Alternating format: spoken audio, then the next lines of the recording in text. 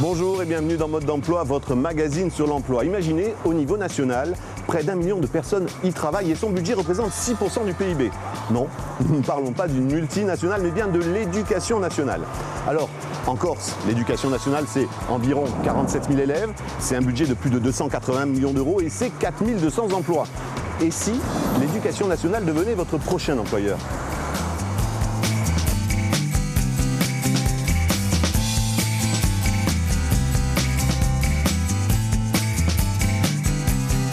Et pour répondre à cette question ainsi qu'à bien d'autres, il sera notre invité durant toute l'émission, monsieur le représentant du ministre de l'Éducation nationale au sein de l'Académie, monsieur le recteur, monsieur Barra. Bonjour. Bonjour, merci de votre invitation. Merci de nous recevoir. On n'est pas très loin de vos bureaux, le rectorat étant à environ 100 mètres. On est dans un autre lieu symbolique de l'enseignement. Nous sommes dans les jardins de l'IUFM. C'est ici que les enseignants pourront peut-être passer. Oui, les enseignants passent nécessairement à un moment ou à l'autre dans l'Institut universitaire de formation des maîtres. Pourquoi et comment on devient un jour recteur d'académie? Il n'y a pas deux recteurs qui ont le même parcours. Bon, moi j'ai été donc d'abord maître auxiliaire, j'ai été professeur certifié, professeur agrégé, j'ai enseigné en lycée, j'ai enseigné dans les écoles normales, dans les centres de formation de maîtres de secondaire, en université une fois que j'ai été docteur. J'ai enseigné aussi dans des régions lointaines, puisque j'ai été en Nouvelle-Calédonie. Puis à un moment, bon, il y a un ministre qui cherche un recteur ou qui cherche un vice-recteur. On cherchait quelqu'un pour la Nouvelle-Calédonie, on a fait appel à moi, ça m'a intéressé, parce qu'on n'est pas candidat à recteur. On ne postule pas. On ne postule pas. On est choisi. Voilà, on est choisi. C'est une nomination au Conseil des ministres par le président de la République, sur double proposition du ministre de l'Éducation et du ministre de l'Enseignement supérieur. On a vu les chiffres concernant les enseignants au niveau national et au niveau régional. C'est le cœur de métier, bien entendu. En Corse, ils sont combien en tout, les enseignants purs? Les enseignants purs, autour de 4 000.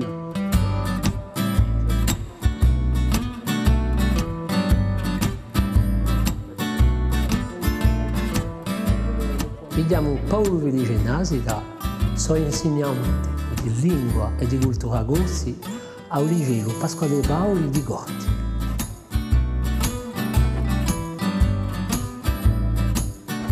Il mestiere di un insegnante è di trasmettere il sapere a una comunità di giovani. Ecco, è la semplice.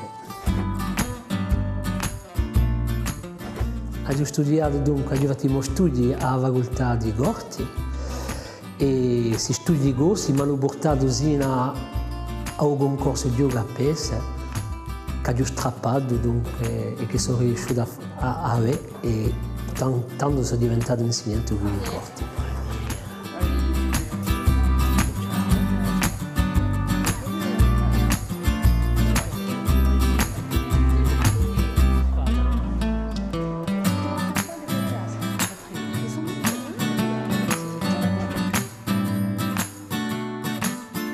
Era il piacere di trasmettere tutto ciò che aveva acquistato, una vita già professionale, ma mica di funzionario di regione nazionale. L'interesse in noi ho portato attraverso dunque, tutta questa cultura che deve essere trasmessa, come ha detto Capolenzo, e quella ha sua importanza, dunque, perché i giovani che fanno lingua e cultura corsa, dunque sono giovani che hanno bisogno di spannarsi nella sua lingua.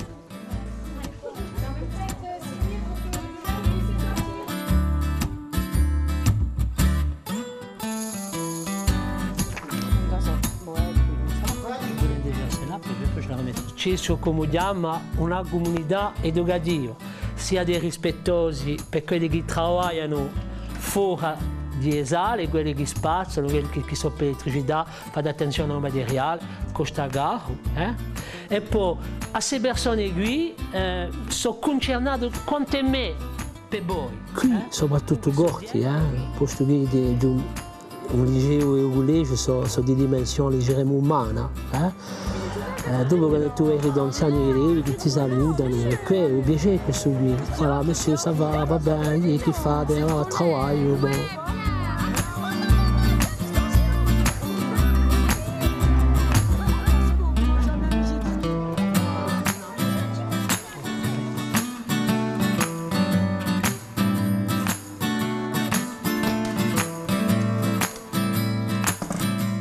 mestiere che è duro e non è mica facile di insegnare, ma c'è sempre il piacere di ritrovarsi tutti i giorni, c'è un contatto che è forte e questo è più che interessante, voilà, è un vero piacere.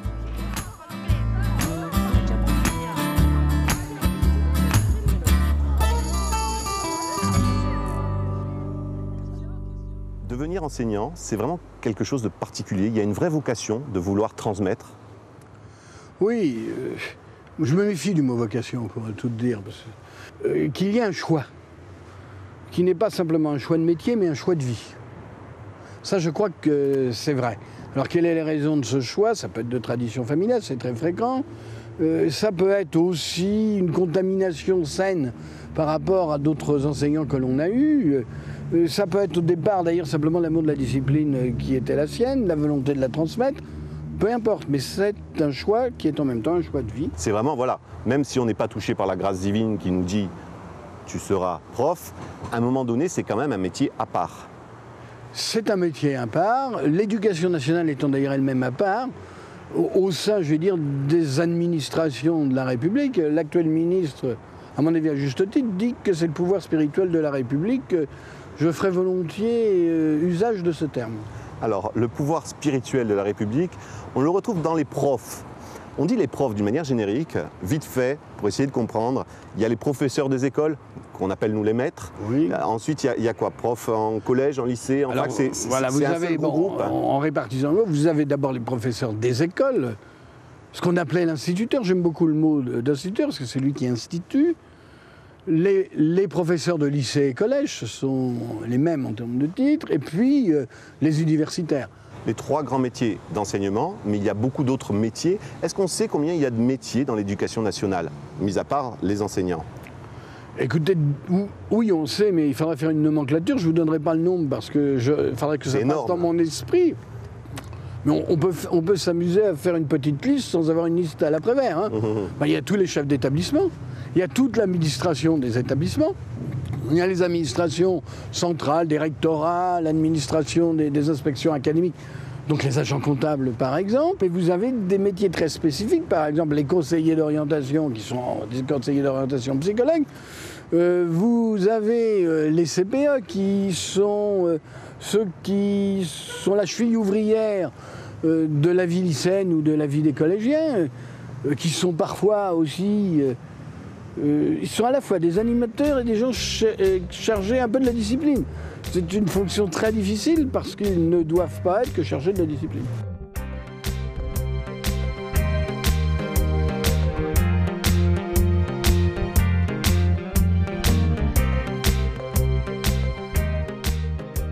Je m'appelle Dominique Garcia et je suis conseillère principale d'éducation au lycée agricole de Borgo. Demain matin, tu vas commencer par éducation familiale et sociale, Madame Hague. D'accord, 8 heures. Donc ça va être la salle 6, la petite salle où elle vous a prise. J'ai 4 missions principales. J'ai une mission administrative, qui est l'organisation du lycée. Une mission pédagogique, c'est-à-dire accompagner les élèves sur leur dossier d'orientation, projet d'orientation, sur le suivi des études, pour voir un petit peu le fonctionnement et la poursuite d'études envisagées, et sur tout ce qui est le comportement. Une troisième mission qui est l'animation au sein du lycée, pour que les élèves aient une vie à l'intérieur du lycée. Et la mise en place après d'activités pour le soutien et l'aide aux devoirs. J'ai un bac littéraire, un bac A2 que j'ai fait sur le continent. J'ai fait après des études d'histoire à Toulouse et j'ai passé donc les concours pour être dans un premier temps enseignant. Et je me suis aperçue que la mission d'enseignant ne me correspondait pas et donc j'ai préféré passer par l'IUFM, le concours de CPE.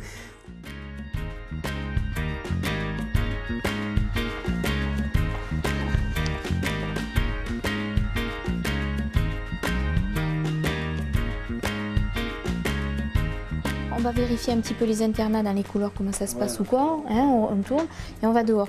On peut leur proposer un ballon, on peut leur proposer de quoi, un basket ou foot, s'ils veulent jouer sur le terrain là-bas, pourquoi pas.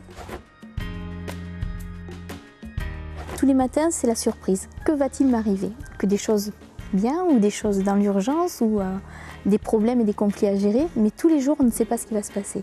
Et moi, c'est ça qui me plaît. Le fait d'être au milieu de jeunes, de pouvoir mettre en place des projets, de pouvoir animer, de pouvoir prendre du temps, de pouvoir accompagner sur des démarches de projets, de voyages, de les rencontrer, de les connaître, de savoir ce qu'ils vont devenir. Ça, tout cela, ça va être le côté positif. C'est ça, je trouve, qui est beau dans le métier de CPE.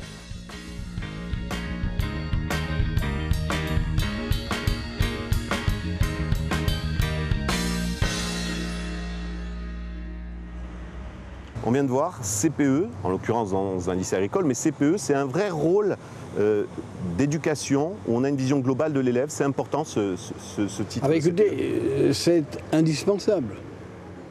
Ça a été la transformation heureuse d'un métier qui n'était que disciplinaire, qui n'était absolument pas d'animation, d'un métier qui était de surveillance. On appelait avant c'est le surgé. Ça a disparu. Ça ne signifie pas que sur le CPA, il n'y a pas toujours cette fonction de faire en sorte qu'il y ait les conditions pour qu'un lycée ou un collège existe, qu'il y ait les conditions d'une vie où les gens se respectent pour qu'il puisse y avoir la transmission du savoir, mais c'est bien au-delà de ça. Elle se définit, Madame Garcia, un peu comme une charnière entre l'élève et les enseignants, qui ne font plus classe mais qui font cours. Ça permet d'avoir une vision globale de l'élève aussi. Oui, c'est une bonne définition. Disons, elle est, mais aussi une cheville ouvrière entre l'administration et les élèves, entre les professeurs et les élèves, même s'il y a un contact direct naturellement entre les professeurs et les élèves. Elle est, comment dire, plutôt mise au centre qu'à la périphérie d'un système qui n'est pas simplement un système d'instruction, mais qui est un système d'éducation. Particularité, elle exerce dans un lycée agricole. On a dit lycée agricole, ministère de l'Agriculture, lycée classique, ministère de l'Éducation nationale. Vous êtes concurrent?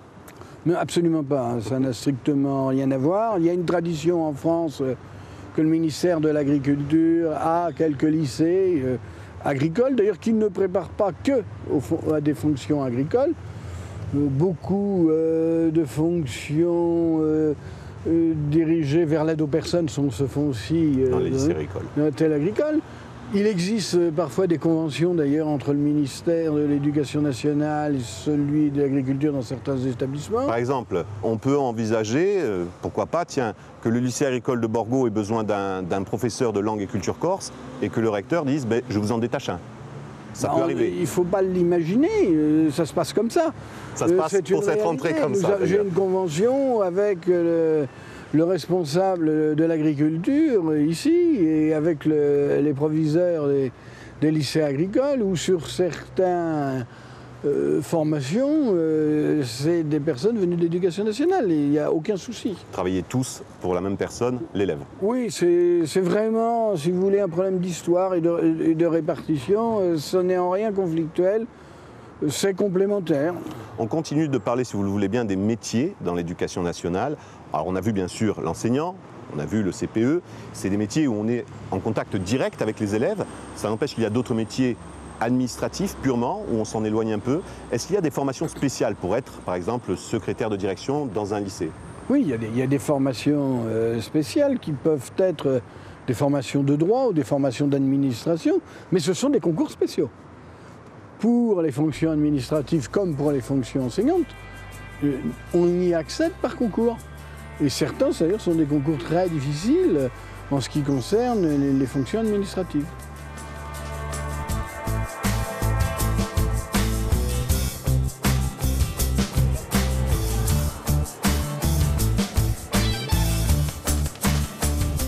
Je m'appelle Marie-Antoine Poligagne et je suis gestionnaire au collège de la Cazinque, qui est le collège Henri Thomas.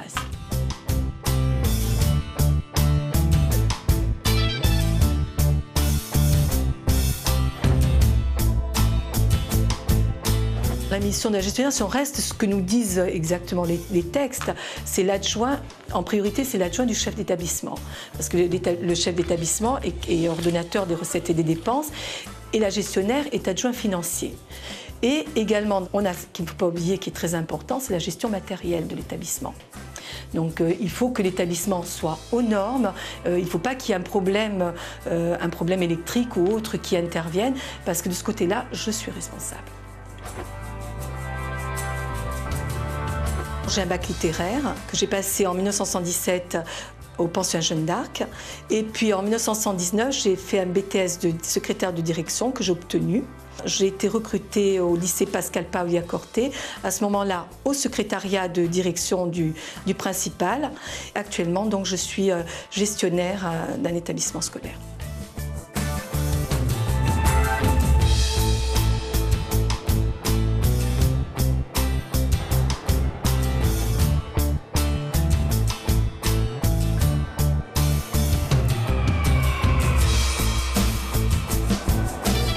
Parce que le travail de gestionnaire est très varié, très divers. On n'a jamais un jour qui se ressemble. La gestionnaire, si vous voulez, son rôle à la gestionnaire, c'est effectivement d'avancer, d'aller toujours plus loin, de chercher des solutions, de faire en sorte qu'un projet aboutisse.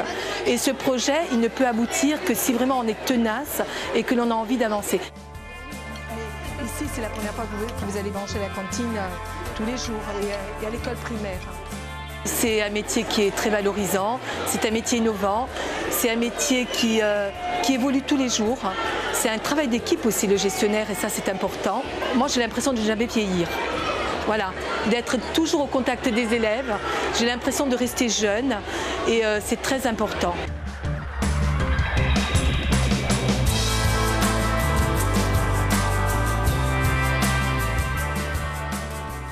On vient de voir donc un métier purement administratif, vous le disiez tout à l'heure, que ce soit les enseignants ou ces métiers, c'est tout le temps sur concours le recrutement? Alors c'est sur concours, mais avec plusieurs types de concours. Ça peut être un concours externe, ça peut être un concours interne, soit pour une promotion, donc, soit aussi pour des personnes qui ont été dans ces fonctions-là comme contractuelles et qui peuvent passer le concours interne et non pas le concours externe. Je suis jeune, je passe mon CAPES, j'ai mon CAPES. Oui. Est-ce que je vais pouvoir continuer de travailler sur mon île directement ou on part? Et on peut rester sur l'île, à condition qu'il y ait des postes vacants. Cela dit, si on réfléchit bien, pense-t-on qu'un professeur... Je vais vous faire une caricature. Allez-y. Elle est amusante. Vous avez une jeune femme qui est née à Lévis. Oui, je vois. Qui va faire son école maternelle à Lévis. Qui ensuite va faire l'école élémentaire à Lévis. Et qui va bien entendu aller dans ce très gros collège de 60 élèves à Lévis. Et qui, quand elle va aller en seconde, va faire un grand saut, elle va aller à Sartène. C'est loin, hein? Elle va faire son lycée à Sartène, elle va aller brillante, elle est réussie, elle va... Alors là, c'est vraiment le très grand saut. Elle change de département, elle va au cœur de la Corse, à l'université de Corse. Où elle est brillante, où elle veut être professeure, elle a son master, elle passe le concours de CAPES, voire même d'Agrègue. Elle l'obtient. Et nous la retrouvons professeure au collège de Lévis. Oui. Est-ce pour les élèves si bien que ça? Est-ce qu'il ne faut pas non plus que les enseignants puissent s'ouvrir l'esprit sur autre chose que ce qu'est leur village? La vraie question, ce n'est pas que des enseignants quittent la Corse. C'est est-ce qu'ils peuvent revenir? C'est la question du retour et des conditions de la possibilité de retour dans une durée raisonnable. C'est là-dessus qu'il faut travailler. Monsieur le recteur, on va parler d'un autre métier dont vous parliez tout à l'heure, le conseiller d'orientation psychologue, que l'on retrouve dans pratiquement tous les collèges, c'est ça? Il y a des conseillers d'orientation psychologue par département, donc par rapport à l'académie, qui ont en charge certains collèges. Bien, nous aussi, à Mode d'Emploi, monsieur le recteur, nous avons notre conseiller d'orientation psychologue. Le CIO de Corse du Sud nous donne des infos pratiques. Dans les métiers de l'éducation, il y a énormément de métiers que nous pouvons proposer, nous pouvons faire, et cela à différents niveaux. Ça peut toucher les personnels administratifs, agents administratifs par exemple, ou ça peut toucher également le personnel ATOS comme les agents d'entretien. On se forme essentiellement sur des lycées professionnels pour obtenir des CAP et également éventuellement sur les CFA de Corse. Au niveau de la rémunération, ce sont des rémunérations qui débutent à 1 200 € environ. Mais après, pour chaque niveau de qualification et chaque poste occupé, il peut y avoir des différences. Ça peut être par exemple des secrétaires administratifs de catégorie C ou B ou des agents comptables. Ça peut être aussi, touchant plus à l'éducation, ça peut être aussi des aides éducateurs qui sont en cours de formation pour leurs études ou pour passer des concours. Tous les lycées proposent une formation qualifiante de niveau 4, lycée général et technologique ou lycée professionnel. Au niveau de la rémunération, ce sont des salaires qui peuvent débuter aux alentours de 1 400 €, 1 300, 1 400 €. Avec des études supérieures, on peut prétendre à différents métiers dans l'éducation nationale.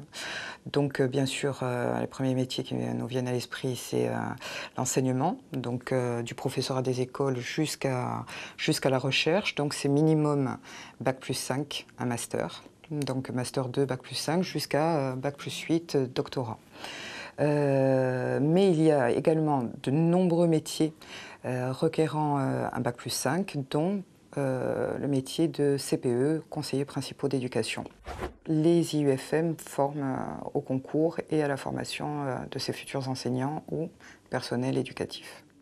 Au niveau de la rémunération, un professeur des écoles ou professeur du secondaire obtenant le CAPES touche une rémunération à peu près de 1 600 €, comme les CPE, et d'un niveau supérieur agrégé ou maître de conférence, on peut débuter à 1 800, 1 900 €. On vient de voir, monsieur le recteur, on vient de voir les différentes possibilités pour travailler au sein de l'éducation nationale. On a parlé rémunération, une question pragmatique. Est-ce qu'on est bien payé?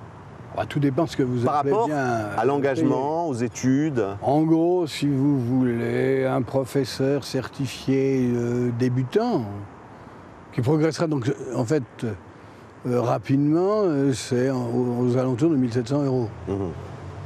Alors effectivement, à ce niveau d'études, cette difficulté de concours, on pourrait penser que la rémunération pourrait être meilleure. De toute façon, quand on travaille quelque part, on pense toujours que la rémunération devrait être meilleure. C'est pour ça que je vous ai dit tout à l'heure, c'est véritablement un problème de choix de vie. On ne travaille pas et on ne vit pas tout à fait comme les autres, si vous voulez. Je veux dire, la fonction enseignante n'est pas une fonction normale. On pourrait espérer mieux ailleurs. Sont normales. Oui, mais en rémunération, peut-être, mais il y a un choix de vie. Et dans ce choix de vie, il y a quelque chose qui de tout temps a attiré aussi les gens qui voulaient travailler dans l'éducation, c'est les vacances, de manière assez cyclique. On en parle. Oui, mais attendez, on a bien raison d'en parler. Ce qu'on oublie de dire d'ailleurs, que c'est l'un des éléments qui explique que dans la fonction publique, à des niveaux équivalents, la paye des professeurs est inférieure à certains autres fonctionnaires. On a parlé de rémunération, on a parlé d'avantages à travers, bien entendu, les vacances. Il y a peu de temps, on a parlé aussi de formation. Est-ce qu'aujourd'hui, l'éducation nationale donne envie aux gens de venir y travailler? On a parlé à un moment donné de manque au niveau du recrutement. Alors moi je pense que l'éducation nationale donne toujours envie d'y aller. Et vous avez raison de souligner, on va avoir un décalage avec parfois, en particulier l'année dernière, dans les disciplines scientifiques, une difficulté qu'on a pu cette année. C'est aussi le sentiment de l'ensemble de la société à partir du métier de professeur. Il appartient aujourd'hui aux professeurs d'aujourd'hui, qu'ils enseignent dans l'école élémentaire, le secondaire ou en universitaire, de mener un combat pour dire que c'est un très beau métier, et puis de combattre une société pour qui l'école n'est peut-être pas nécessairement ce qui est le plus important, et puis une tendance de retour à l'obscurantisme. Une dernière question, non pas à monsieur le recteur, mais à monsieur Barra, l'homme. Il y a un neveu, un filleul, quelqu'un de votre famille qui vous dit « Tonton, j'ai envie de devenir prof ». Et c'est pas au recteur que je pose la question. Qu'est-ce que l'homme lui répond? Bah écoutez, moi, j'ai un fils. C'est le seul de la famille qui n'est pas devenu prof, il est devenu ingénieur. J'aurais préféré qu'il devienne prof. Mais attendez, je l'aime bien, je suis content qu'il soit devenu ingénieur. parce que ça fait partie quand même, quoi qu'on dise, quelles que soient les difficultés, quand même de l'un des plus beaux métiers qui puisse exister. Belle réponse. Monsieur le recteur, merci de nous avoir reçus. À bientôt. À très bientôt.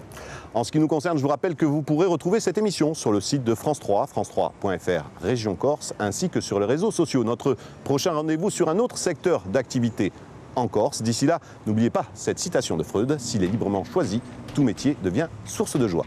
Salut.